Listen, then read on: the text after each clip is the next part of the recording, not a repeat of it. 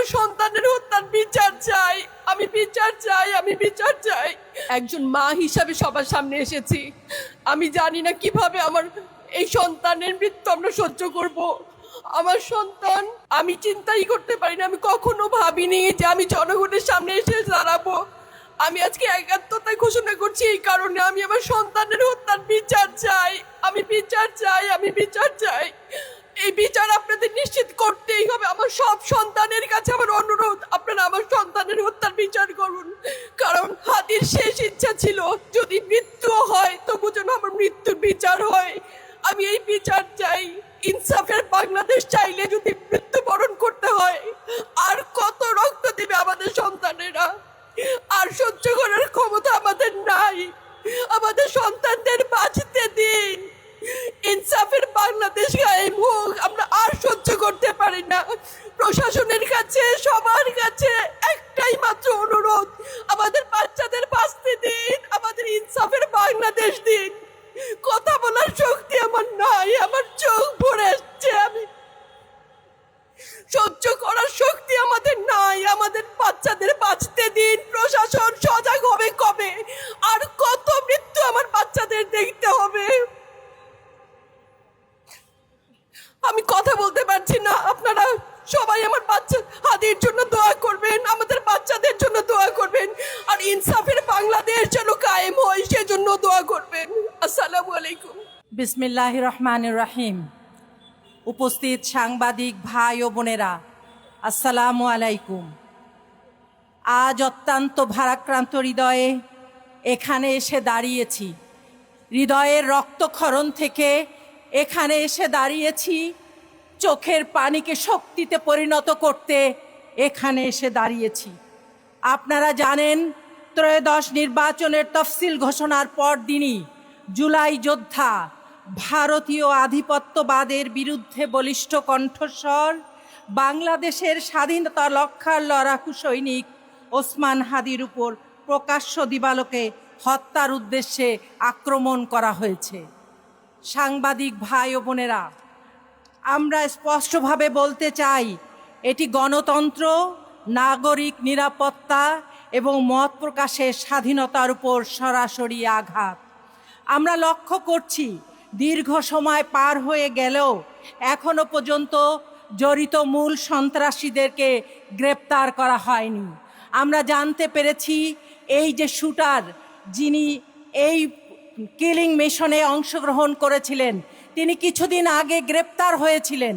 কিন্তু কিভাবে, কার মাধ্যমে তিনি ছাড়া পেলেন, আমরা তাদেরও বিচার চাই। আমরা লক্ষ্য করেছি আইন শৃঙ্খলা বাহিনীর এই ব্যর্থতা সন্ত্রাসীদের সাহস যোগাচ্ছে। দেশে একটি ভয় ও অরাজকতার পরিবেশ সৃষ্টি করা হচ্ছে, যার উদ্দেশ্যই হচ্ছে ভিন্ন মতকে দমন করা। সাংবাদিক ভাই ও বোনেরা, একজন জুলাই যোদ্ধার ওপর প্রকাশ্যে হামলা প্রমাণ করে যে আজ শুধু আন্দোলনকারীরা নয়, সাধারণ নাগরিকের জীবনেরও নিরাপত্তা নাই।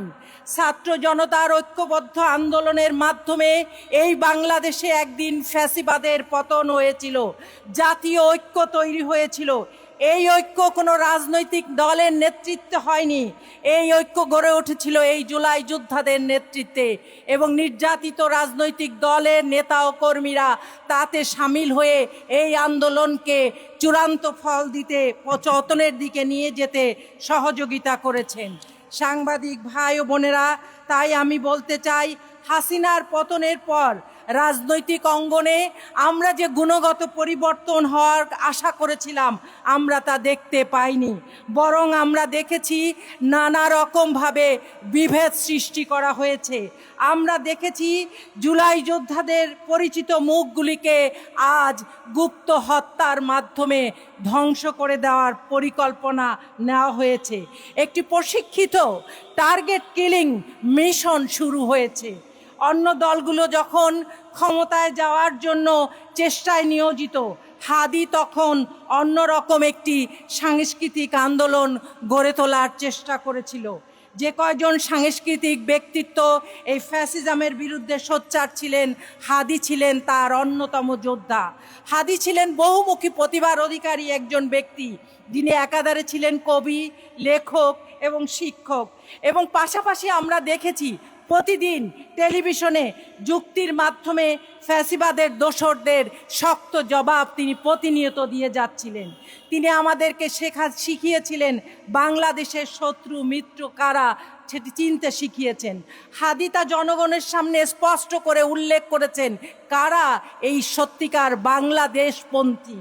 সম্মানিত সাংবাদিক ভাই ও বোনেরা, তাই বলতে চাই হাদি বাংলার লাখো অসহায় দরিদ্র শিক্ষিত তরুণদের প্রতিচ্ছবি।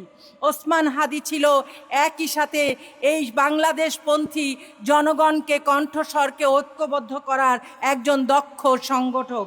আর তাই কয়েক মাসের মধ্যেই ইনকিলাব মঞ্চ গড়ে তোলেন, যা ছিল বাংলাদেশপন্থীদের কণ্ঠস্বর।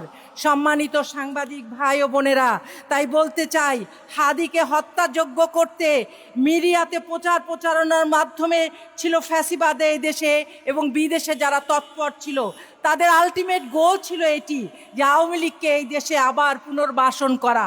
আর সেই জন্যই ওসমান হাদির মতো জুলাই যোদ্ধাদেরকে টার্গেট কিলিং করা হচ্ছে। হাদিকে কারা হত্যা করেছে আজ মনে হয় আমরা মিডিয়ার এই যুগে কিছুটা হলেও আমরা স্পষ্ট হয়েছি। নিষিদ্ধ ছাত্রলীগ এবং শাহবাগীরা ওসমান হাদি সহ বাংলাদেশপন্থী শক্তিকে নির্মূল করে আওয়ামী লীগকে পুনর্বাসিত করতে চায়। বিশেষ করে তাই এই মানববন্ধন থেকে তাই বলতে চাই আমরা নিরাপত্তা চাই ইন্টেরিম সরকারের কাছে জুলাই যোদ্ধাদের। আমরা নিরাপত্তা চাই প্রত্যেকটি নাগরিকের। আমরা এই দেশের সার্বভৌমত্ব রক্ষার ক্ষেত্রে আপনাদের অকুতভয় পদক্ষেপ দেখতে চাই।